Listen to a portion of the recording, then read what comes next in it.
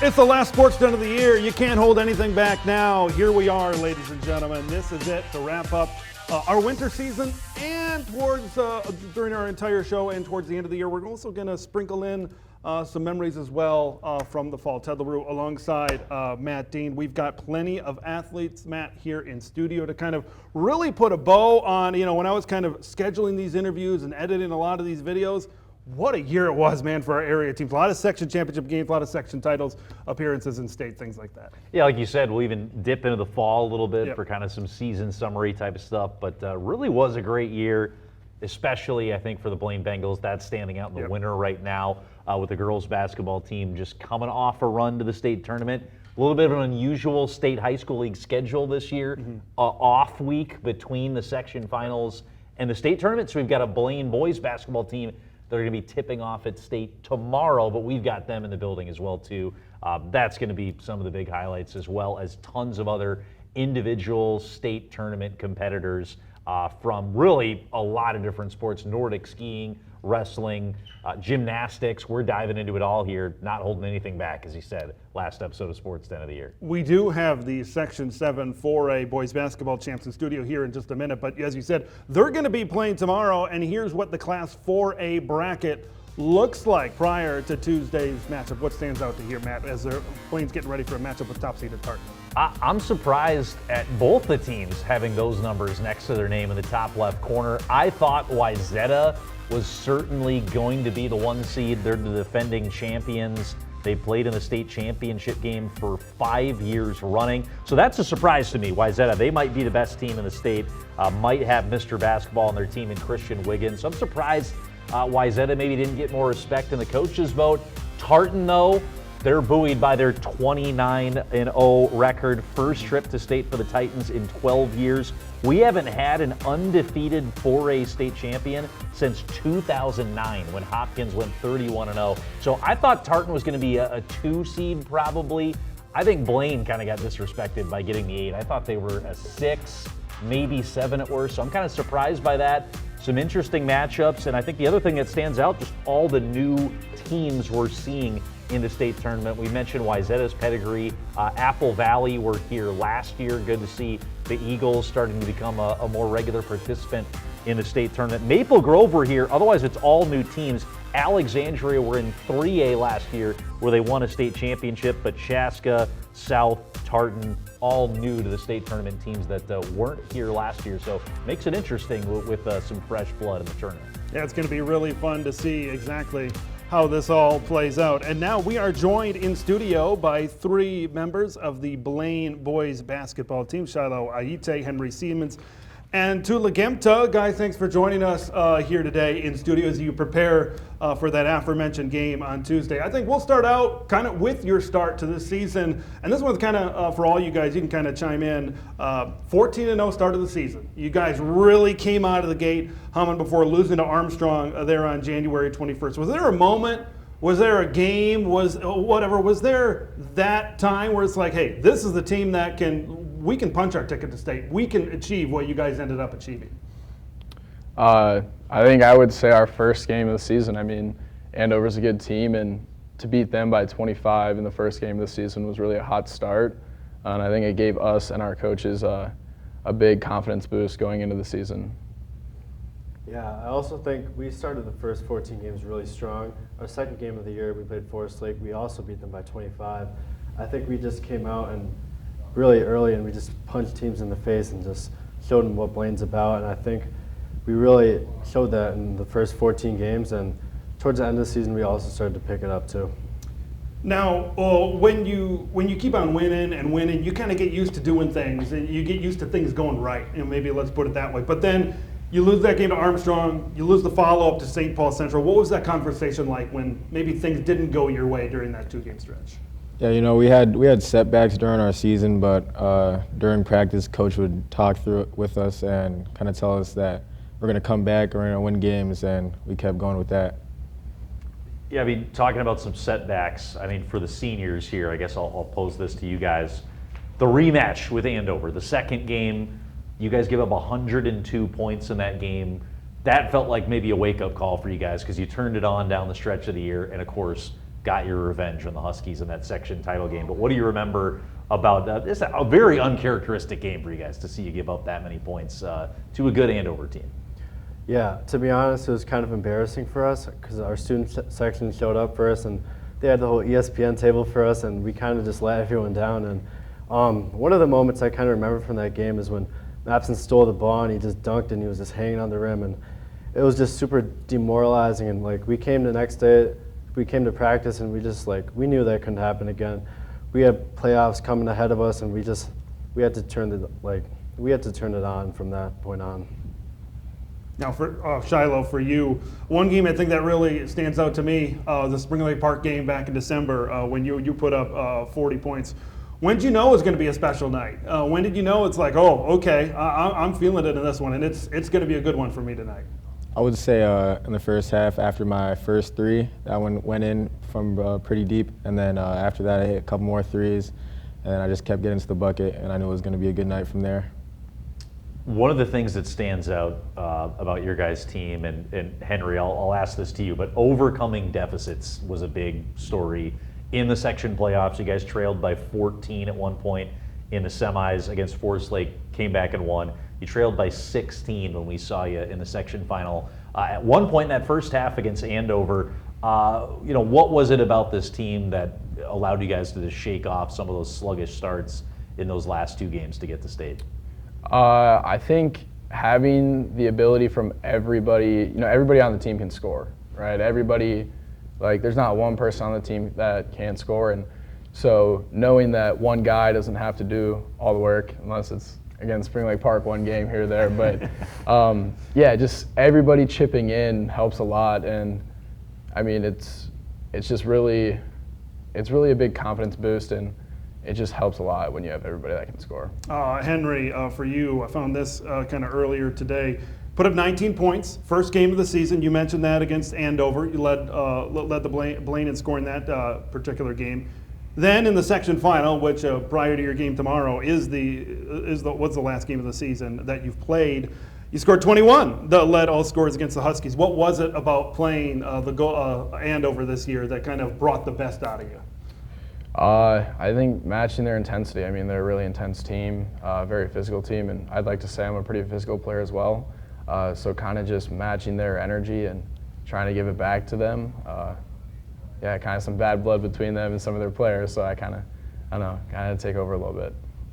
Last thing before we let you guys go for Shiloh and Tula each, tell me about how you guys are handling this unusual off week. I already mentioned it kind of early on in the show. Typically, you have a section final, state tournament's going to start, 3 or 4 days after that, depending on when the final is. You guys have a week to prepare. Tartan has that same advantage. What do you guys think about your matchup in the first round and how you're using the week off in between games? I think we've used this week to kind of prepare for Tartan and their players, and we know they have good shooters and they're physical. They're really aggressive and athletic, and we just kind of game planned on how to stop them. And I feel like as captains, it was really important for us to just get the team really locked in this week. It can be easy to get off track, and because you have a whole week before your next game, but we kind of just got everyone on track and made sure we were locked in the entire week. Adding on to that, we've been getting the right foods in our systems, the right drinks, whatever you need to play that game. And we're just focusing on guarding, especially KJ Wilson on their team, holding them down to maybe 15 points, and then everybody else has to pitch in and do their part. We want to thank you guys for joining us. Good luck tomorrow and in the state tournament. It's been a joy to watch you guys this year. Thank you, yeah. Thanks. Thank you. All right. And this is just one of the Bengal teams, Matt, that has punched their ticket to state. Last week, you were able to kind of catch up with Blaine girls basketball and kind of recap their season. And this is what the girls had to say with Matt. We're excited to be joined by 3 members of the Blaine girls basketball program. The Bengals coming off a 22-10 season and a run to the Minnesota State High School League tournament. 2 seniors immediately to my left, Marley Jansen and Natty Berry, and junior Bree Cummings joining us here on Sports Den. Thanks for being here, everybody. Marley, we'll start with you. First-year head coach Alex Walls takes over. This is one of several varsity seasons for you. You guys played a really fast brand of team basketball that jumps out. So I guess first question, what were kind of some of those new principles that Coach Walls came in here in year one and wanted to implement? Yeah, I feel like Coach Walls really just wanted to make sure that we played fast, and he knew that we were a quick team, and he wanted to use that to our advantage. And I remember talking to my teammates before the first game. All of us were a little skeptical on his plan, and then we had a huge win on our first game, and we all went to the locker room. We were like, okay, this is going to work for us. And he wanted to make all of us shooters and just bring us more out of just like role players, just we can do anything, and I feel like it really helped us this year. Yeah, Natty, you played fast, and like we called it hockey line changes, and we had the chance to see you guys. Could it be like 5 on, 5 off? When did it feel like that click that this was going to work for you guys? I mean, like Marley said, honestly, going into the first game, like we were all very skeptical because we've never played like this ever. I mean, he was telling me to shoot the 3, and I was like, whoa. So, I mean, going into that first game, and he was like, we're gonna press the whole game, and I was like, no, we're not. But I mean, it was amazing. I think we scored almost 100 points that game, and me, Marley, and Rosie looked at each other on the bench for like, we're gonna be something special. So I think just coming off of that first game and not kind of understanding what his offense was, but playing his offense, and then going through the game and seeing that, wow, this works, and we're fast, we're going, we're shooting. So I think just seeing that, we're like, yeah, this team's gonna be special. Yeah. Bree, you had a couple varsity seasons under your belt, junior this year too, but yeah, 14 wins last year, 21 this year. Like what did some of those things that your teammates were talking about, like how did that help you guys make such a huge jump this year? I think we were all like connected as a team this year, and we wanted to just put a lot of wins under our belt, especially with a new coach. We really wanted to like prove ourselves and like have a great season, and I felt like we really just went into each game and we were like told each other to just go have fun and like see what the outcome is. And then those first few games really like just told us like he knows what he's doing and that we need to follow his lead. And like I think we were just so excited to have a new coach and like just play as a team and have fun.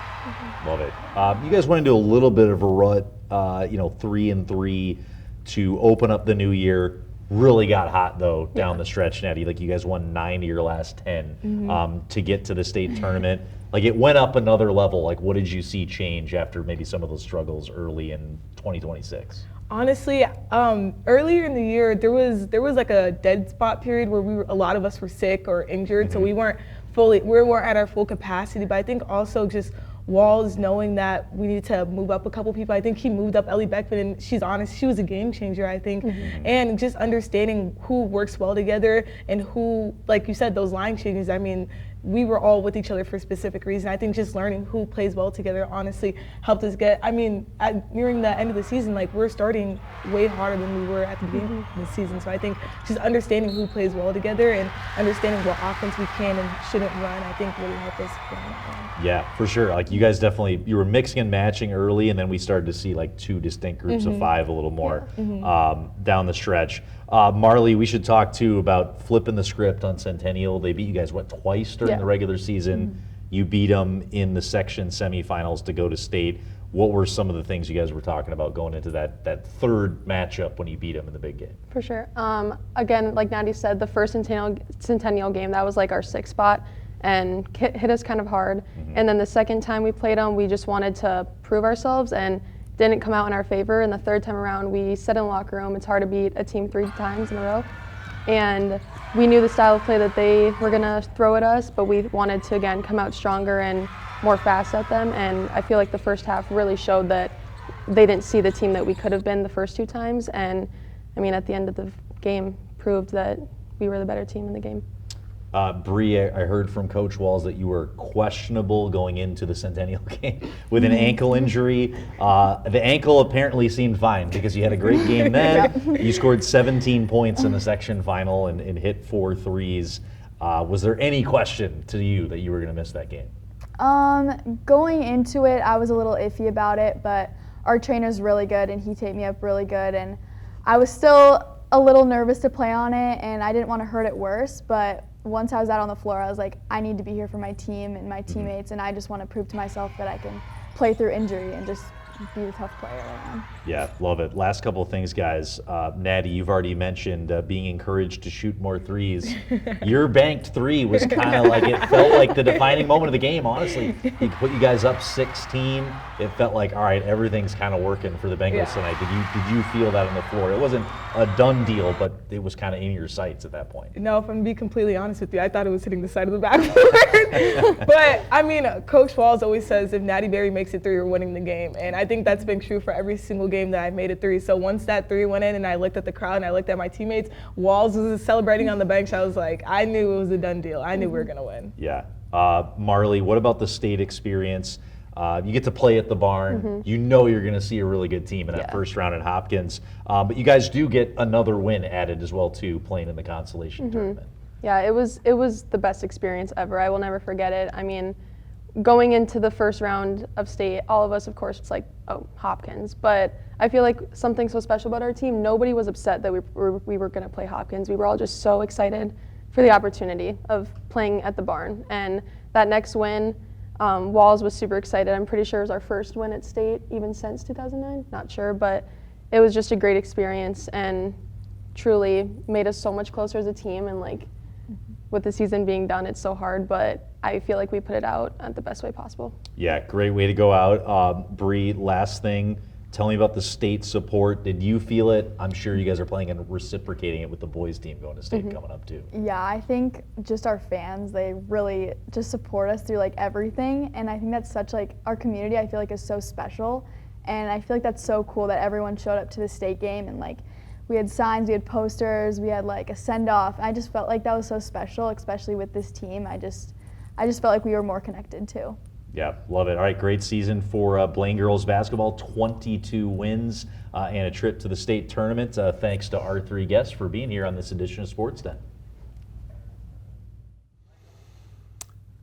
And now we are welcomed here in studio. We're going to, it might be a little bit warm outside. All the snow's melted, but we're going to take a little trip back to the slopes for a little bit, or at least, on flat ground for cross-country skiing. Nordic skiing, Audrey Schwen and Reese Miller joining us now from Blaine Nordic. Let's start first with you, Audrey. Three-sport athlete, you're also doing track and cross-country. How does the cross-training kind of help you between the other sports, maybe when you're running as opposed to skiing? So how do they kind of help each other in your training for each of those respective sports? Cross-training is a huge part of my training, like every week. It especially helps me like just get a break between like different sports. Like in running, I get a break from the impact on my legs, and then I get the strength from skiing or roller skiing in the summer. So yeah. Reese, tell me about the key differences between the pursuit, the sprint relays, to be a team that gets to the state tournament. Like, you guys have to be well balanced and have athletes competing in kind of both those specialties for Nordic skiing, right? Yeah, so we normally have alternating techniques every other year in our section. We go from classic to skate for our sprint. So we normally have some athletes on our team who are stronger in either or technique, and we figure those out at the beginning of the year and really have them working on their handoffs towards the end of the year to get ready for that relay for the sections. And it's really just about figuring out who's the best at that long distance and having that good stamina, and who's best at those short races, has that power, and it's really the speed to beat out the rest of the teams. Now, both of you are sophomores, so this one's kind of for both of you, the highest place finishers at the state meet. As a sophomore, kind of, you got 2 more years still left to go, and you've been able to achieve a pretty high level of success so far. What are kind of your goals for the remainder of your high school career? Already have been to state. I definitely want to improve my place at state. So just working hard over the coming years, and I think I have the ability to get a higher place at state. So that's definitely my goal. And yeah. Yeah, I also want to have that improvement in personal placement at state, but I also really want to see the boys team improve on in these next years, getting a higher place at state, and hopefully breaking the top 10 consistently in these next few years.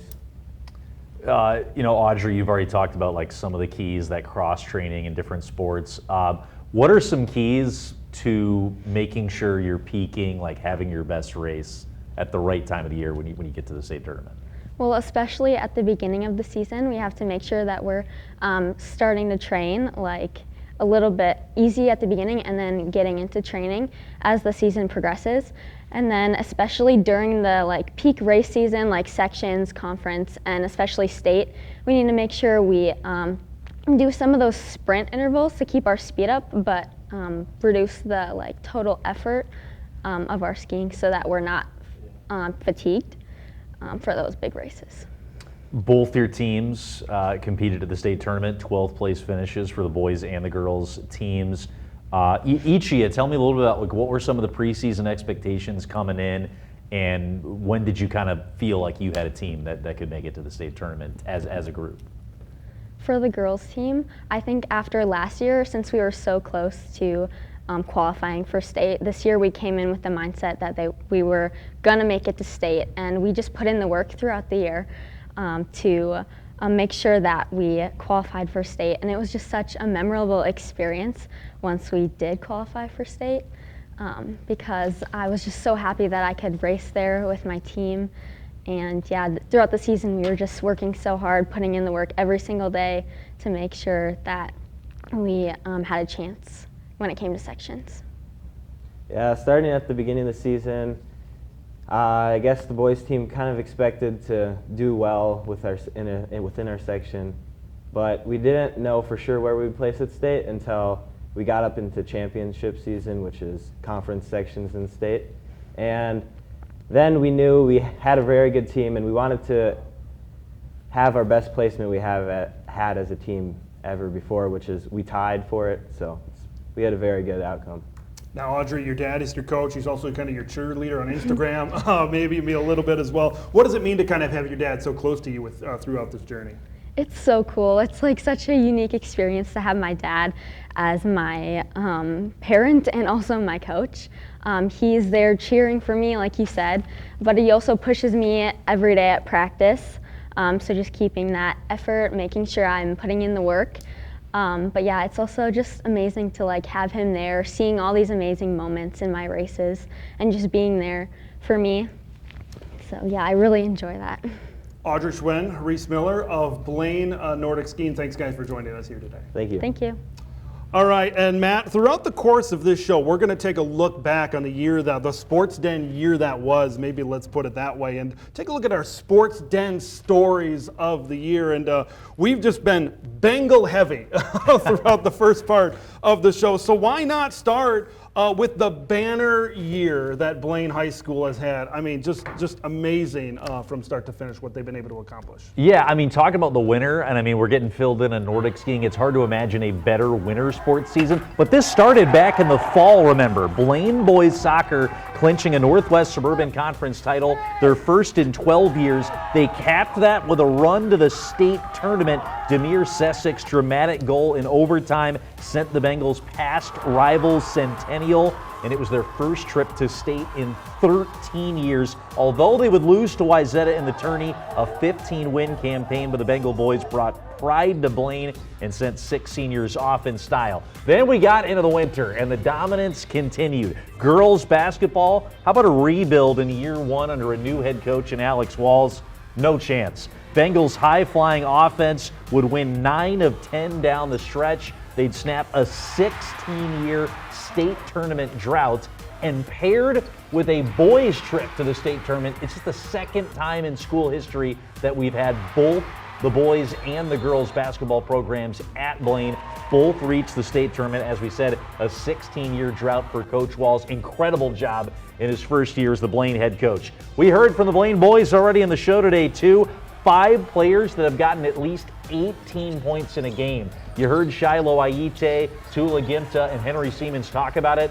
Yeah, sometimes Shiloh's going to score 40, but anyone could go off on any given night for the Blaine Bengals, and that's what made this year so fun. And as we've already outlined, Ted, too, basically 2 new head coaches, Walls in year number 1 and Bernie Ward in year number 2, and Blaine on the boys and the girls side. Pretty incredible. Yeah, it was really fun to see exactly the evolution of these programs and these new head coaches and how those transitions have been able to make. Here's one guy that you just saw right there. Owen Clark was kind of, he was one guy that was maybe a little bit unheralded for Blaine boys basketball, but really came up big down the stretch with some magical shots. And I will say one beyond these two that was a joy to watch going back to the fall. Man, Jamison Niska on the football field was a magician this year. Also, Derek Oblaya running the football. Those two guys are going to be back next year, so I'm really excited about that as well. Yeah, we're not done with the Bengals as well, too. We've got another one in studio, senior Grace Vassell, an all-state gymnast for the Blaine Bengals, and we're excited to be welcomed, too, by Nora Akpan. Last year a state champion, this year a top 3 finisher for Centennial Wrestling as well, too. So to both of you, thanks for being here. We're excited to have you in studio and help us recap this winter sports season. Thanks for being here. Grace, let's start with you. All-state gymnast. You finished 13th in the all-around competition this year and set a Blaine school record. So you're obviously a well-rounded gymnast. Tell me about, like, coming into the year, what was your strongest event? Which one maybe needed the most work that pushed you to get to that all-around finish? Coming into the season, I think floor was probably my strongest because I had placed on the podium at state my junior year. But I think my weakest was definitely vault. It's always been a struggle event my whole life, but I worked a lot on that this season, and it definitely paid off, and it helped improve my all-around score a lot. Grace, you've had a ton of success throughout your career with this Blaine Andover gymnastics program. Is there one moment that maybe stands above the rest? I'm sure you know how you finished at the state meet. It certainly stands out, but is there, you know, in your eyes, what kind of stands out to you in your career? I think my sections performance at my last sections meet this season, getting the all-around title, that was something that I was not expecting at all. I was jaw-dropped in the crowd when I heard my name get announced. So I think that's a very big moment, and just developing my love for the sport in a bigger way than I could ever imagine. Nora, thanks for being here. You've had one of the more storied careers in the very early history of girls wrestling. There's been a path for girls in wrestling for much longer, but only recently, 21-22 season was the first year that there was a state tournament for girls in wrestling. So growing up, like, did you dream of this as being a possibility, getting a chance to compete in a state tournament? What's that meant to you to have that opportunity and do so well kind of in the early history of the sport? Yeah, so I kind of started wrestling. I did a little bit in 6th grade, but really started in 9th grade throughout, so it's kind of new to the whole state thing. And just from my first year, how I did first year at state, my aspirations of winning state and doing better than I did my first year really flew off from there. Now, Nora, you're going to be moving on to a place where, wrestling's a pretty big deal in Iowa City. Going to wrestle for the Hawkeyes, one of the wrestling blue bloods out there. What excites you the most about the opportunity to suit up for the black and gold? Yeah, I'm really excited to wrestle for the University of Iowa, and just to get better and to reach some of my goals, Olympic goals I have, and really just to get better. Nora, just reflecting back on this season, obviously you had the state championship as a junior last year, come up a little bit short. Have you had a chance to kind of look back? I know a disappointing end. You bounced back with a couple of wins, though, and finished 3rd. Why was that important to you? You had the disappointment, but to go back, get another medal, and win those last 2 matches, why was that so important to you? I think when you face adversity, it's important to bounce back and just to you worked hard throughout the season, and just to show off all your hard work, even though you might have lost. Now, Grace, you finished strong at the state meet, breaking your own school record in the all-around, as well as top 10 finishes in the beam, as well as the floor exercise. What did it mean to kind of end your Bengal career the way you did with that type of performance at the state meet? Honestly, it means a lot. It's something I really couldn't have imagined. I just tried to have so much fun being out there, knowing that it was my last meet ever. And I think that really helped because I was more relaxed when competing. Now, Nora, girls wrestling, like Matt was kind of saying, it hasn't always had the support that it does maybe today. Where do you start on some of your big inspirations of being able to kind of get you to this point where you can wrestle for a school like Iowa coming up? Yeah, there's a lot of women wrestlers that I look up to. Obviously, I really do think that my belief in God also helps me throughout all these difficulties, but I have a great support system. Minnesota girls wrestling has grown a lot, and just really excited to see where it can go from there.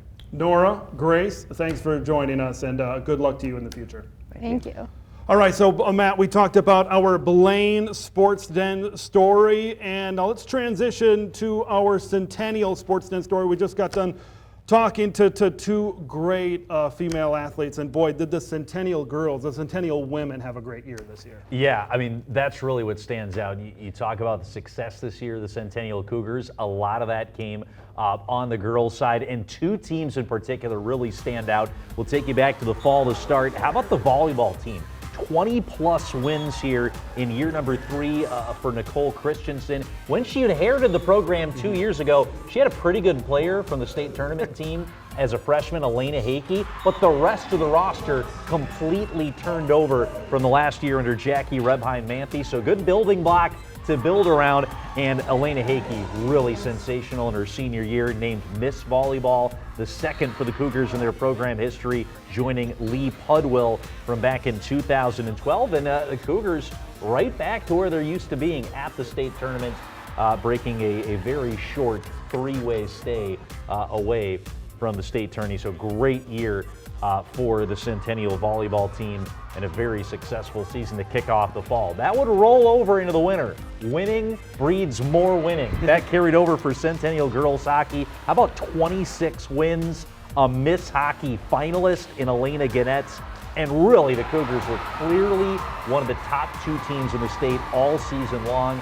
They beat all the other best teams in the state, save for that really tricky, really talented Hill Murray team led by Emily Pohl. But you look at it, Lager, Gannett, Such, all of them 50 or more points, and 2 of those names are coming back next year. I mean, it's the depth of that CSLP team was absolute insanity, and the amount of talent that you mentioned that they have coming back is just crazy for Sean Maline's team coming up. You know, I hate to be the football guy again, but, you know, transitioning from the ladies to the guys, but Centennial football, I'm not sure if people expected them to get to the state quarterfinals this year, but Mike Diggins, in what was his last season, eventually as a Centennial football coach, he found a way to get it done, and, you know, kind of ran into a buzzsaw there at the end. But that's kind of another Centennial story that I think stands out, at least to me.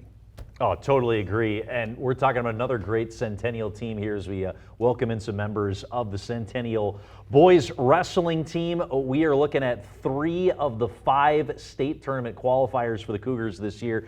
Braden Best, junior heavyweight, Jack Grigelko, an 8th grader in the 107s, and Jack Krugsager, a sophomore, all for the Centennial wrestling team.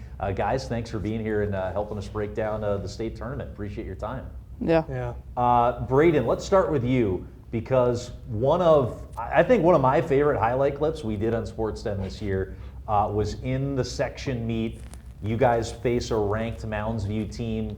You knock them off to get to the section final, and that came down to the heavyweight one at the end. So you were on the mat. You were fired up about it in Stillwater for that big win against Mounds View. Like, that's what you dream about when you're the heavyweight guy, right? Yeah. You go last.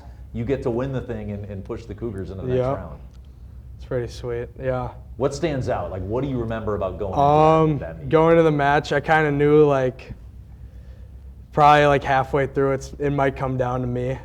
And I knew before that I caught a tough loss to him earlier in the year. But then I was like, I just got to go get it done for the team. So then I go out there, rip a headlock, and pin him. Love that. I mean, for you guys, the 2 Jacks, did you guys have your sights kind of set? Like, you're in a really tough section. You know at some point you're going to face Stillwater, Mounds View, maybe both. Do you guys kind of set that as a goal? Like, you have your sights set on those 2 guys early in the year? Yeah. I would say so, yeah. Our main goal is Mounds View. And we made it happen. For Jack Krugsager here, you've got that wrestling football crossover. How does each sport kind of help you with the other? So in this case, how does kind of football with wrestling and wrestling with football, how does that kind of cross over for you? So for football, the reason why I'm like good at football right now is because I do wrestling, and that really trained me to be able to tackle people. And then for football, My coach has us lift weights all the time, so that really helps on the wrestling mat too with strength.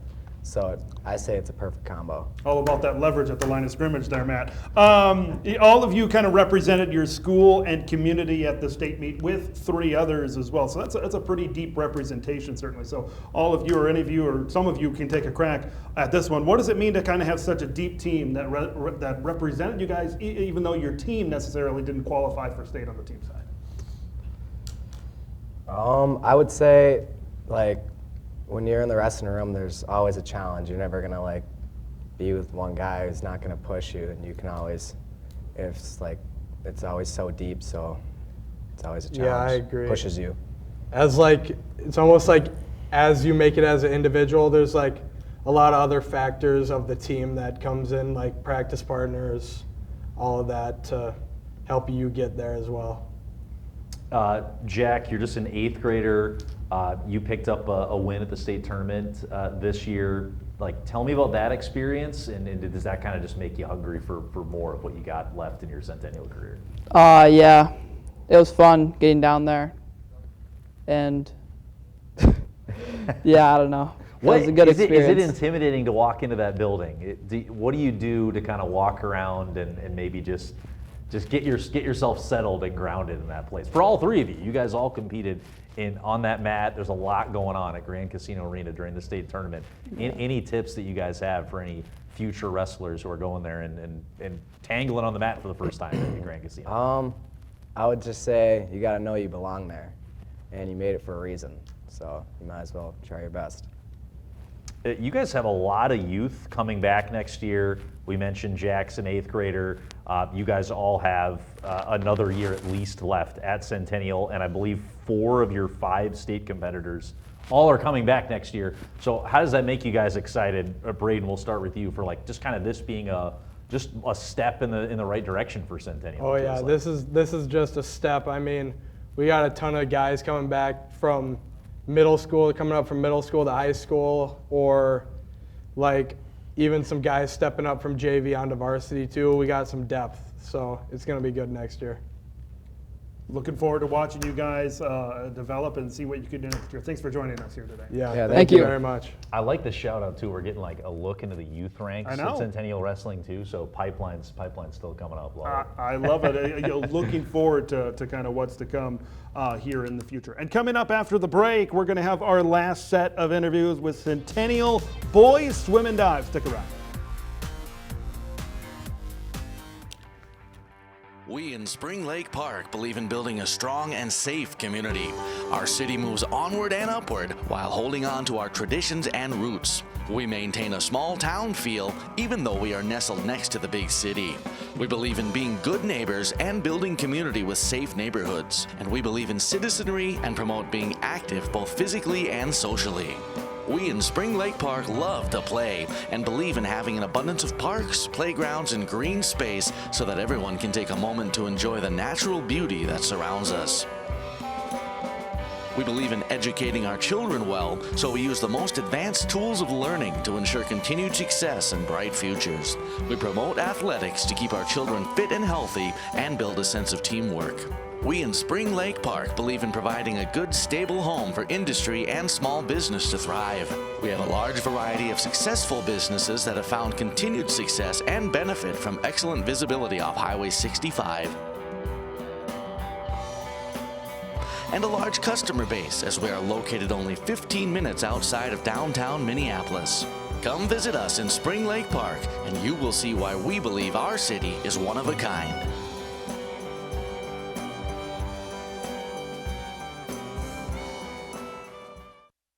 Lino Lakes is the gateway to the metro area, just minutes north of Minneapolis and St. Paul. Conveniently located on I-35W, this growing city still maintains its North Country feel.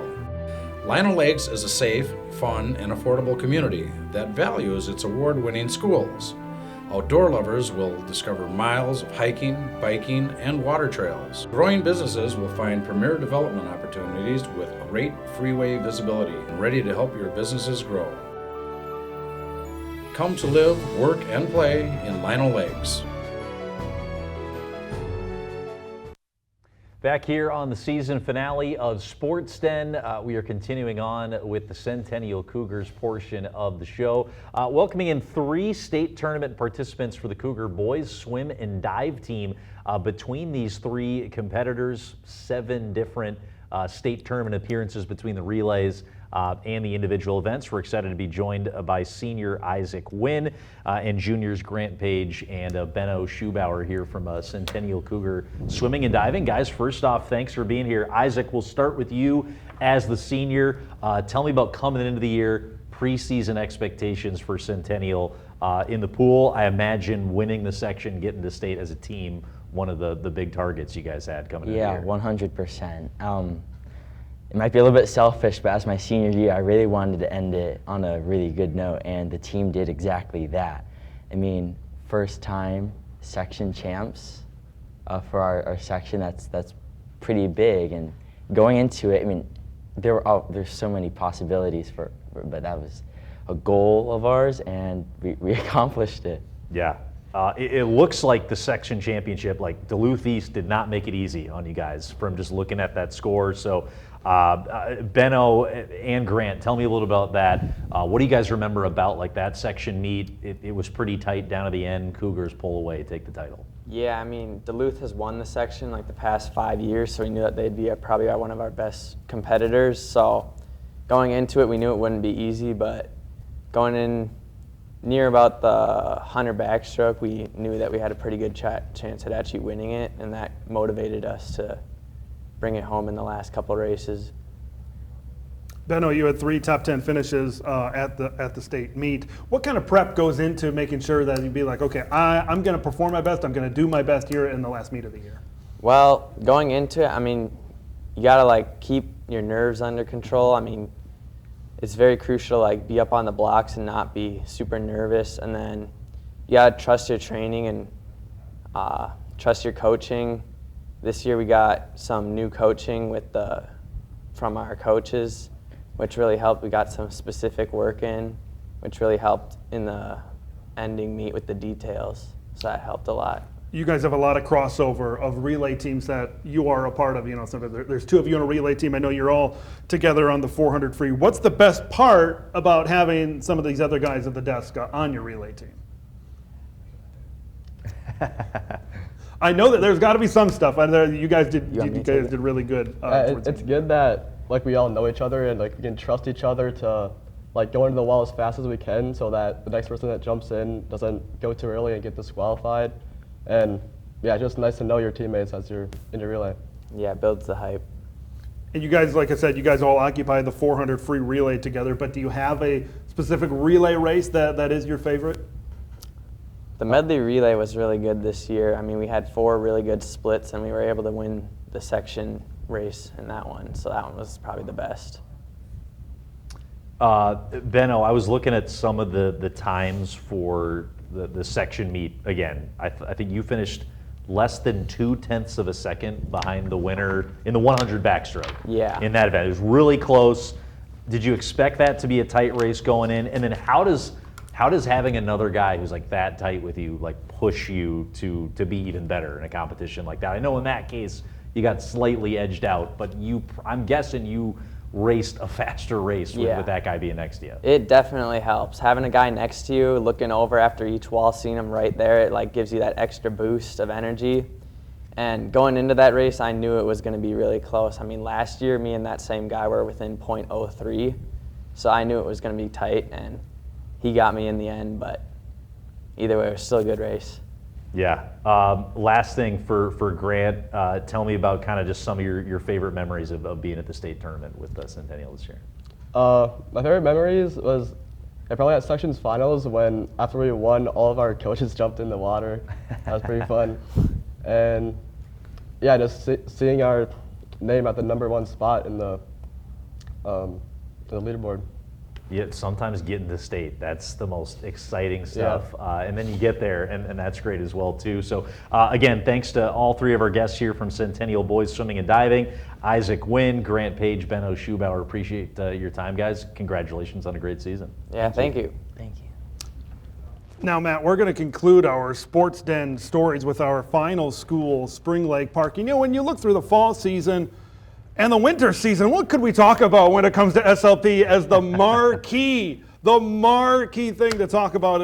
It is, of course, the fall football championship. Now, we had a full dedicated 40-plus minute show during the fall. We talked all about it during then, so maybe we won't go into as much detail as we did with some of the winter sports. But as long as we're reminiscing here on this show today, why don't we reminisce about an undefeated Panther football squad that was as experienced as you'll see? You got to, right? It's the last sports den of the year. We've got to harken back to that great Spring Lake Park football team. And as you said, undefeated, getting all the way to the state title game and winning it. And we kind of expected it was going to be a good team coming into the year. How about that class of 2026?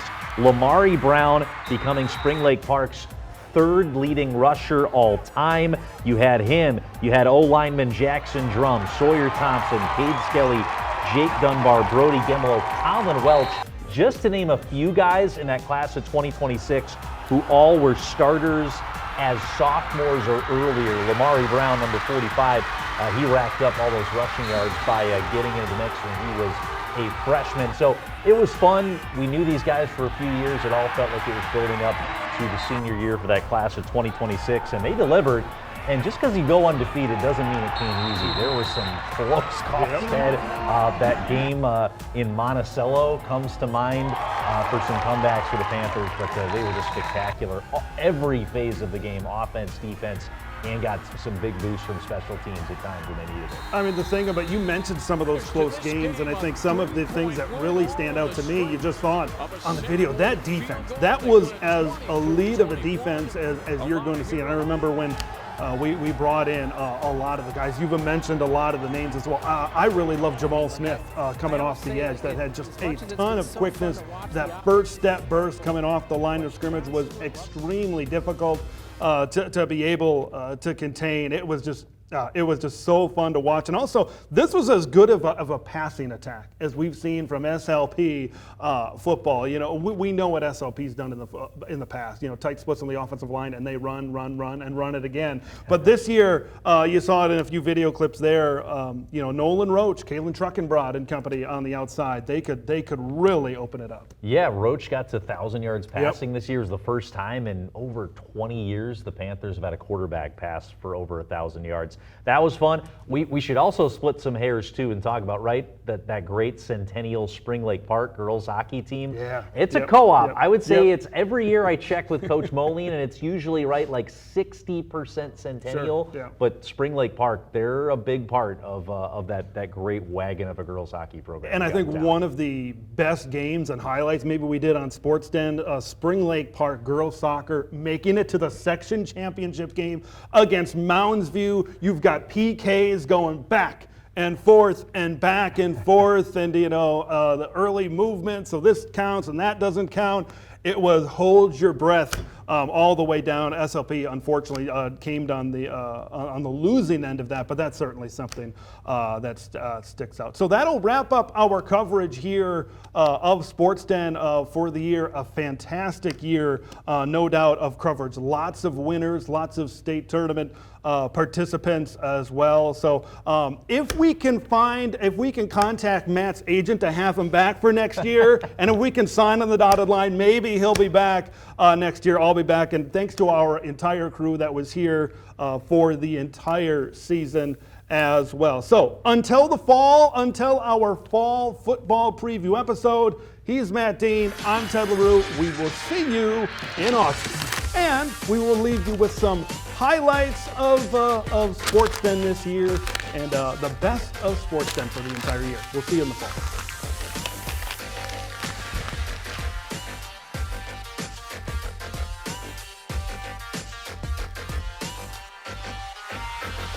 And welcome, everybody. We are back, and well, hopefully better than ever. It's got like 6-7 in the past 2 games. I really led with our coach. He yelled at us like 6 or 7 times in the locker room. We went out there and scored like 6 or 7 goals. So 6 of the last 7 years.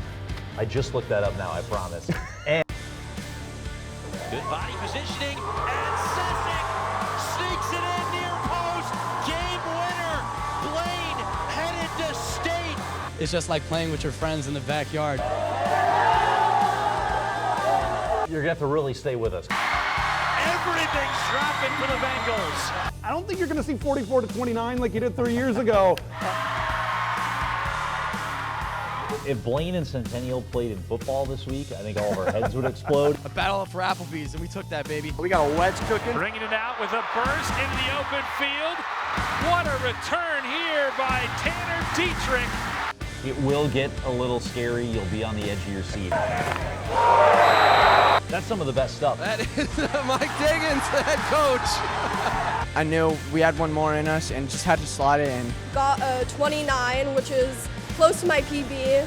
PBs every day. I'm writing that down and I'm hanging it on my ceiling. Moves middle between the rings and she scores! The Cougars back at full strength, which means they can fully celebrate another section championship.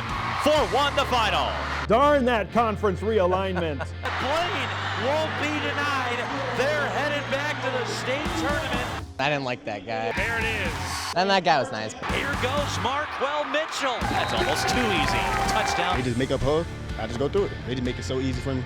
When your Thanksgiving plans are in jeopardy, it usually means it was a pretty good year. This is what we've been looking forward to.